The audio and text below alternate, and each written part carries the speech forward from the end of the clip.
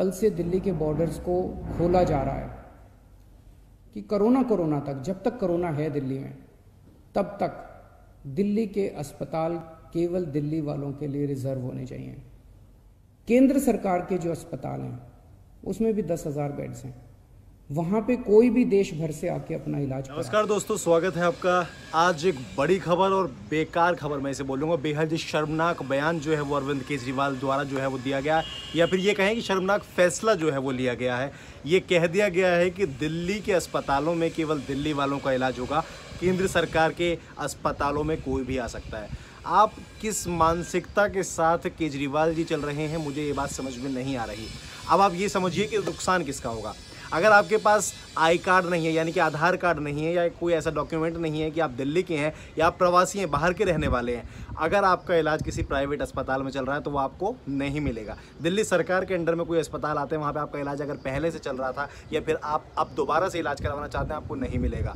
केंद्र सरकार के अस्पतालों में क्या आपको वाकई लगता है कि दिल्ली के अस्पतालों को आप अलग कर लेंगे, उसके बाद केंद्र सरकार के अस्पतालों को अलग कर देंगे और उम्मीद करेंगे कि दिल्ली वाले सिर्फ दिल्ली तक सीमित रहें और बाकी आके केंद्र में जाएँ? Is it possible? मुझे नहीं लगता। इसके पीछे रीज़न है। मैं अपने ऊपर बात लेके चलता हूँ कि मेरा आज इलाज चल रहा था किसी एक हॉस्पिटल में जो कि दिल्ली सरकार के अंडर में आता है, लेकिन मैं जाता था यूपी से वहाँ पर। अब क्या होगा, क्योंकि दिल्ली के लोगों का इलाज होगा, क्योंकि अब कहा गया है कि जो इंपॉर्टेंट सर्जरीज़ हैं उनके लिए आदमी जा सकता है, लेकिन अगर रेगुलर मेरा इलाज चल रहा है तो मेरे को क्या कहा जाएगा कि आप दिल्ली का आई कार्ड दिखाइए।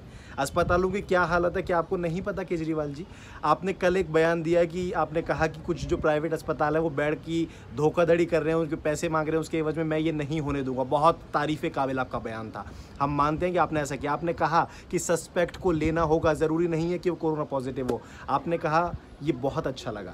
लेकिन उसके बाद फिर आप कहते हैं कि चाहे कुछ भी हो जाए, जो दिल्ली के लोग हैं वो दिल्ली के रहेंगे और जो बाहर के हैं वो केंद्र सरकार के इलाज कराएं। हम बॉर्डर खोलना चाहते हैं, बॉर्डर खोल रहे हैं हम कल से। आप बॉर्डर खोल के करेंगे क्या जब आदमी इलाज के लिए नहीं जा पाएगा? आप ये बताइए कि जो लोग बाहर से रहने वाले हैं, क्यों फिर प्रवासी मजदूर को क्यों भागना पड़ा? उसके पीछे तो रीज़न आप ये समझिए कि यही रीज़न रहा होगा, क्योंकि आप तो इलाज देंगे नहीं, उनके पास अपने आधार कार्ड है नहीं दिल्ली के, तो फिर तो ये इसका मतलब जो मज़दूर यहाँ से निकल कर गए वो सही गए। आप ये अगर साबित करना चाह रहे हो तो ये तो फिर कोई बड़ी बात नहीं है। आपने कहा कि लोगों ने हमें सुझाव दिए। पहले तो आप वो जो लिस्ट है जहाँ से लोगों ने, जिस तरीके से आपने लोगों से सुझाव लिए थे ईमेल के थ्रू या फिर आपने एक फ़ोन कॉल जो दिया था वो मिस कॉल करने के लिए, आप पहले तो उसकी लिस्ट दीजिए कि कितने लोगों ने उसमें हामी भरी थी।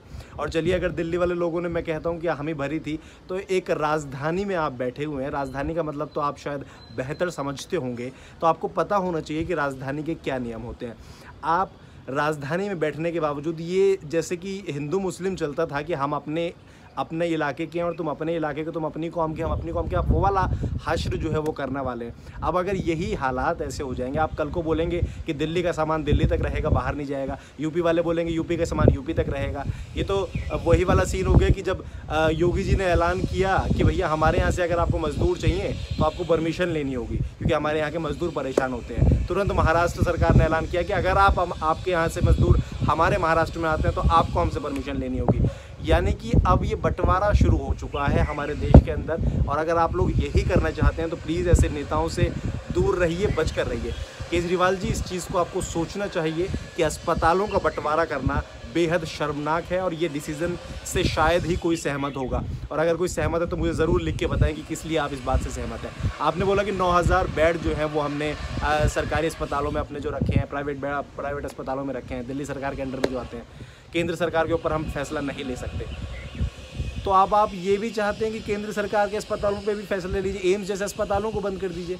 एक आदमी जिसकी हालत इतनी ख़राब है कि वो रोज़ाना उसे मतलब हफ्ते में एक बार जाना पड़ता है डायलिसिस करवाने के लिए भी, और अगर वो अस्पताल दिल्ली सरकार के अंडर में आता है तो पहले उसे 10 बार चक्कर काटने पड़ेंगे। आपने तो फैसला ले लिया, लेकिन आपको ज़मीनी हकीकत का नहीं पता। अगर मैं आज डायलिसिस करवाने के लिए किसी का जाता हूं तो पहले उससे पूछा जाएगा कि भैया ये दिल्ली सरकार के अंडर में आने वाला हॉस्पिटल है, आप अपना दिल्ली सरकार का दिल्ली में रहने के लिए अपना कोई पहचान पत्र दिखाइए और एड्रेस प्रूफ दिखाइए।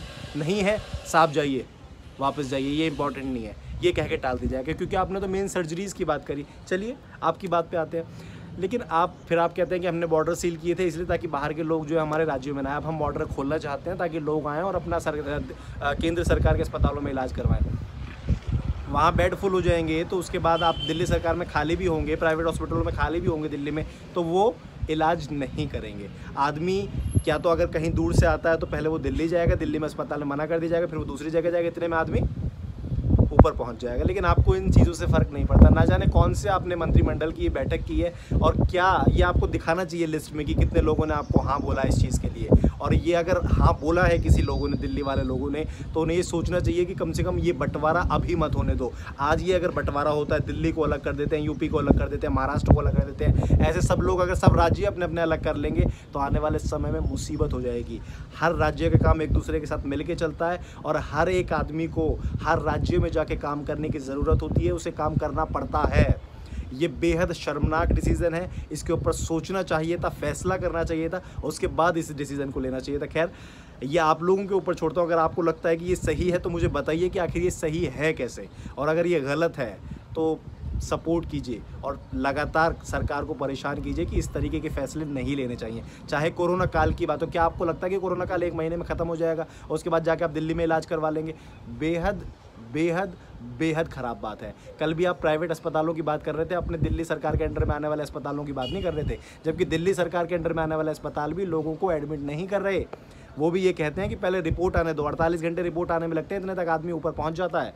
अगर आपको पता हो तो परसों सीलमपुर का केस जो था, लेकिन आपको ज़मीनी स्तर के बारे में नहीं पता, आप सिर्फ फैसले ले रहे हैं। पहले जानिए कि आखिर हालात क्या हैं, उसके बाद फैसला लीजिए और उसके बाद जनता से रूबरू होइए। ये फैसला कोशिश कीजिए कि वापस ले लिया जाए, चाहे कोरोना काल की ही बात क्यों ना हो। कोरोना काल की आपको लगता है कि 1 महीने में ख़त्म हो जाएगा और ये फैसला वापस हो जाएगा, उसके बाद कोई भी आइए इलाज करवाइए? आप कैसी बात करते हैं सर?